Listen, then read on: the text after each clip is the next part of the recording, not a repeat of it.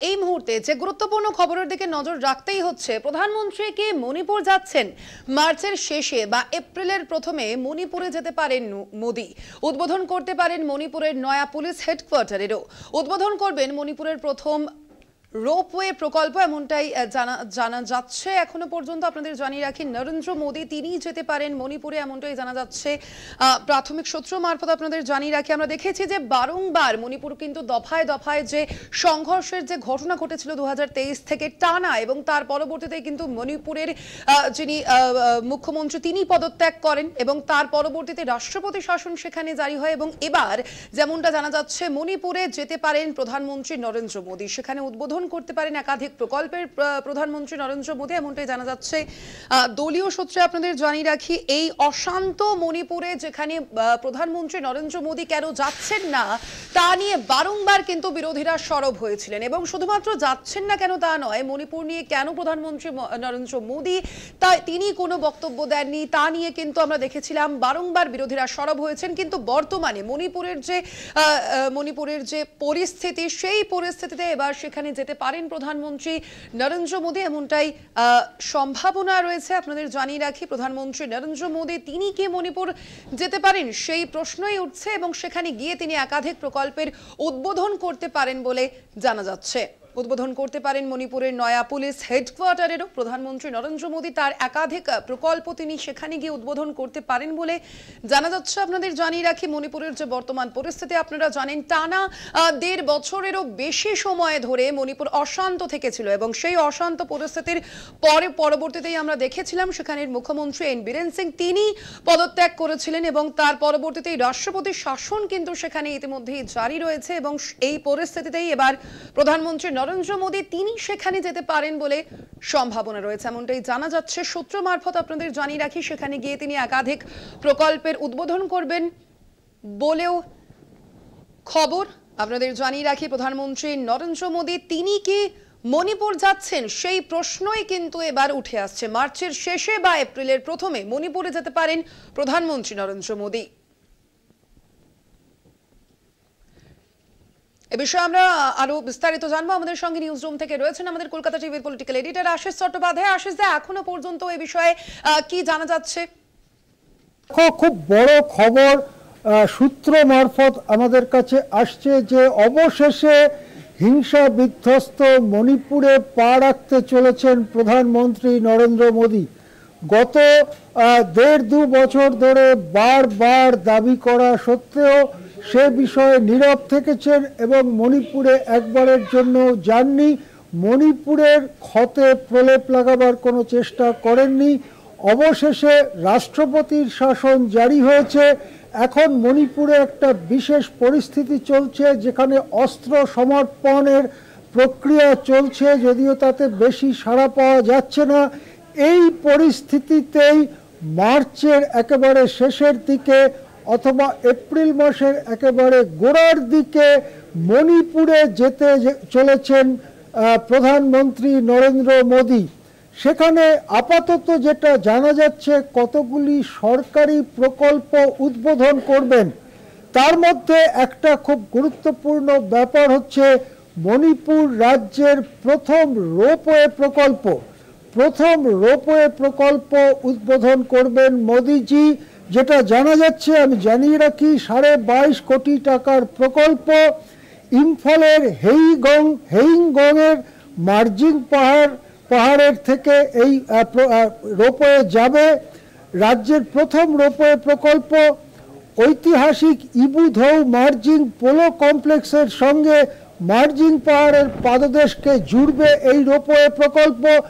এর ফলে অনেক ভ্রমণার্থী যারা পর্যটক তাদের ভিড় হবে ওই অঞ্চলে, এটা মনে করা হচ্ছে। এছাড়াও অন্যান্য কাজে লাগতে পারে এই প্রকল্প। তাছাড়া মণিপুরের নবনির্মিত পুলিশ হেডকোয়ার্টার ভবন উদ্বোধন করতে পারেন প্রধানমন্ত্রী, এবং মণিপুরের সেক্রেটারিয়েটের নতুন ভবনও উদ্বোধন করতে পারেন প্রধানমন্ত্রী।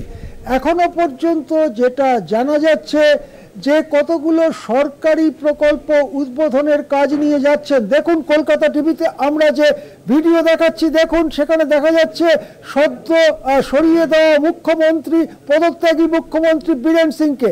এই দেখুন বীরেন সিং, কলকাতা টিভির পর্দায় দেখাচ্ছি আমরা বীরেন সিং ওখানে ওই প্রকল্পগুলোর তদারকি করতে গিয়েছেন।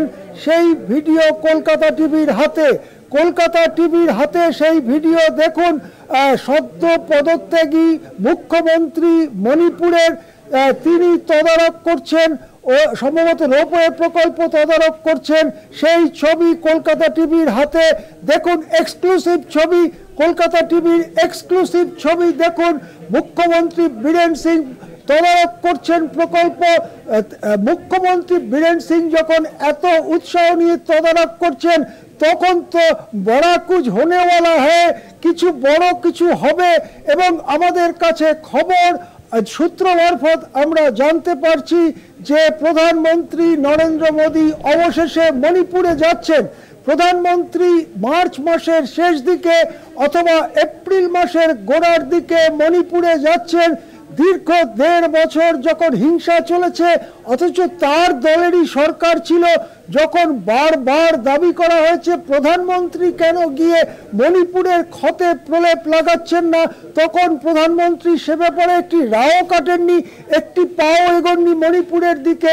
অবশেষে নিজের দলেরই সরকারকে বরখাস্ত করে সেখানে রাষ্ট্রপতির শাসন জারি হয়েছে।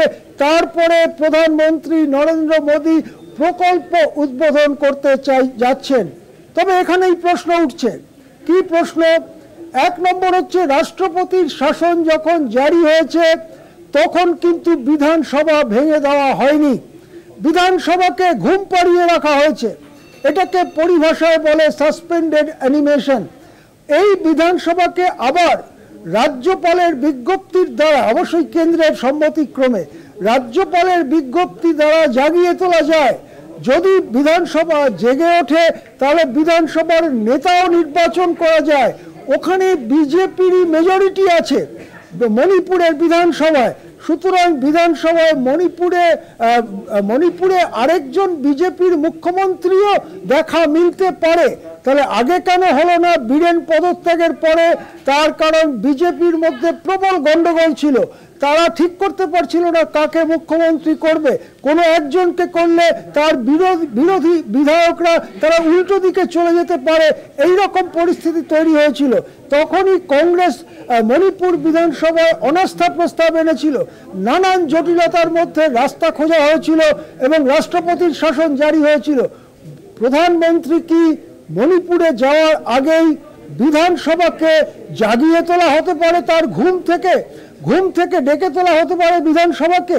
সাসপেন্ডেড অ্যানিমেটেড বিধানসভাকে আবার জাগিয়ে তোলার ক্ষমতা কেন্দ্রে রয়েছে, রাজ্যপালের বিজ্ঞপ্তি মারফত হতে পারে। সুতরাং যে সরকারি প্রকল্প উদ্বোধন করতে যাচ্ছেন তা ছাড়াও প্রধানমন্ত্রীর এই সফরের কি কোনো বড় রাজনৈতিক তাৎপর্য রয়েছে? এই সব নিয়ে প্রশ্ন উঠছে পর্যবেক্ষক মহলে। মণিপুরের যে সর্বশেষ খবর, প্রথম 7 দিনে অস্ত্র সমর্পণ, সেটা 20 থেকে 27 ফেব্রুয়ারি হয়েছিল, তখন বিশেষ সাড়া পড়েনি। আমরা সে খবর কলকাতা টিভিতে করেছিলাম। তারপরে অজয় ভাল্লা আরও 7 দিন বাড়িয়েছেন সেই অস্ত্র সমর্পণের। আজকে একটু আগে খবর দেখছিলাম 40-45টা বন্দুক জমা পড়েছে। সুতরাং এক কথায় বলা যেতে পারে যে হাজার হাজার বন্দুক, গোলা বারুদ, পুলিশের থেকে ছিনতাই হওয়া, অন্য বেআইনি রাস্তায় আসা সেই বোমা বন্দুকের প্রায় খুব ক্ষুদ্র একটা অংশই সমর্পণ করা হয়েছে। এখনো সেই বন্দুক, ব্যাপক গোলা বারুদ, মর্টারের গোলা, সেগুলো বাইরে রয়েছে। এই পরিস্থিতিতে মণিপুরের জন্য বড় খবর, সূত্র মারফত জানা যাচ্ছে প্রধানমন্ত্রী অবশেষে যাচ্ছেন মণিপুরে। হ্যাঁ,